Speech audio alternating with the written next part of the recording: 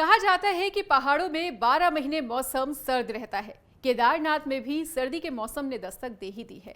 यही वजह है कि कुछ ही दिनों में बाबा केदारनाथ के कपाट बंद हो जाएंगे। लेकिन उपचुनाव के मद्देनजर केदारनाथ में सियासी सरगर्मियां काफी ज्यादा तेज होती हुई नजर आ रही हैं। बीजेपी और कांग्रेस दोनों ने उपचुनाव को लेकर अपने पत्ते खोलना भी शुरू कर दिया है। देखिए रिपोर्ट।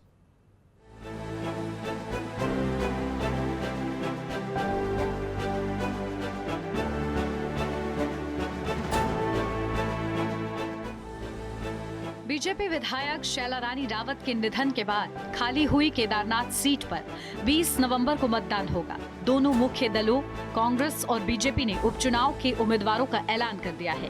कांग्रेस ने एक बार फिर मनोज रावत पर भरोसा जताया है, तो वहीं बीजेपी ने पूर्व विधायक आशा नौटियाल को मैदान में उतारा है। आशा नौटियाल बीजेपी महिला मोर्चा की प्रदेश अध्यक्ष भी हैं।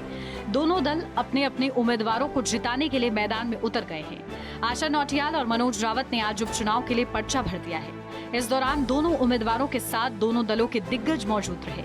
आइए जानते हैं आशा नौटियाल और मनोज रावत के सियासी सफर की कहानी के बारे में। बीजेपी ने आशा नौटियाल के समर्थन में जनसभा को भी संबोधित किया और उन्हें बम्पर वोटों से जीत दिलाने की अपील की। वहीं आशा नौटियाल ने भी केदारनाथ की जनता से कमल खिलाने की अपील की। देखिए,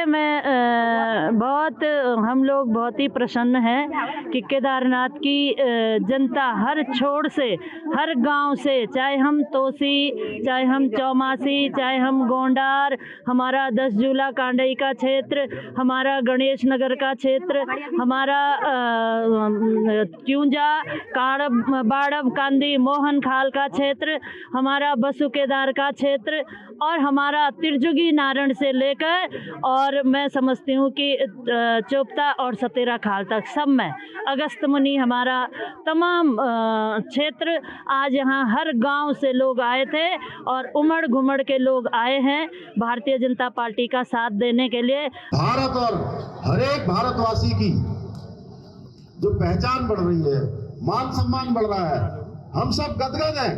आज पूरा विश्व भारत की बुलंदियों के आगे नतमस्तक है और हम पुनः विश्व गुरु बनने की दिशा में आगे बढ़ रहे हैं। मनोज रावत के नामांकन के दौरान गणेश गोदियाल, करण महरा, यशपाल आर्य, कुंवर मौजूद रहे। इन दिग्गजों ने जनता से मनोज रावत को जिताने की अपील की, तो वहीं मनोज रावत ने भी केदारनाथ की जनता से हाथ का साथ देने की अपील की। केदार के लोग पढ़े लिखे भी हैं, साक्षर भी हैं, सजग भी हैं और पीढ़ियों से देश और दुनिया को जानते हैं, तो वो इस समय वोट के रूप में अपना सरकार पर चोट करने वाले हैं। और जो जीरो जोन आज सरकार ने इस इलाके को घोषित करा है, तो 20 तारीख के मतदान का रिजल्ट, जिस दिन मतदान का नतीजा 23 तारीख को आएगा, तो सरकार ही जीरो हो जाएगी और केदार के लोग सरकार को जीरो करके वापस भेज देंगे। देखिए, बहुत ही ऊर्जावान व्यक्ति हैं मनोज रावत जी और पहले भी विधानसभा का उनको लंबा अनुभव है और जिस तरीके से वो लगातार जन सरोकारों से जुड़े हुए मुद्दों को उठाते रहे हैं, उम्मीद है इस बार के चुनाव के बाद जनता उनको स्वीकार करेगी और वो फिर से केदारनाथ की समस्याओं को पूरे प्रदेश की समस्याओं के संग उठाएंगे। कांग्रेस और बीजेपी के उम्मीदवारों के साथ ही यूकेडी से आशुतोष भंडारी ने भी नामांकन किया। केदार खंड एक चेंज मांग रहा है, परिवर्तन मांगता है और वो आशुतोष भंडारी के नाम पे मांगता है, क्योंकि मैं भी उन्हीं का एक सेवक हूं और हमारा उत्तराखंड क्रांति दल के मांगता है। हालिया मंगलौर और बद्रीनाथ उपचुनाव में बीजेपी को हार का सामना करना पड़ा, लिहाजा इस बार केदारनाथ का उपचुनाव बीजेपी के लिए साख का सवाल है। वहीं केदारनाथ से पिछली बार हार का मुंह देखने वाले मनोज रावत एक बार फिर विधायक बनना चाहेंगे।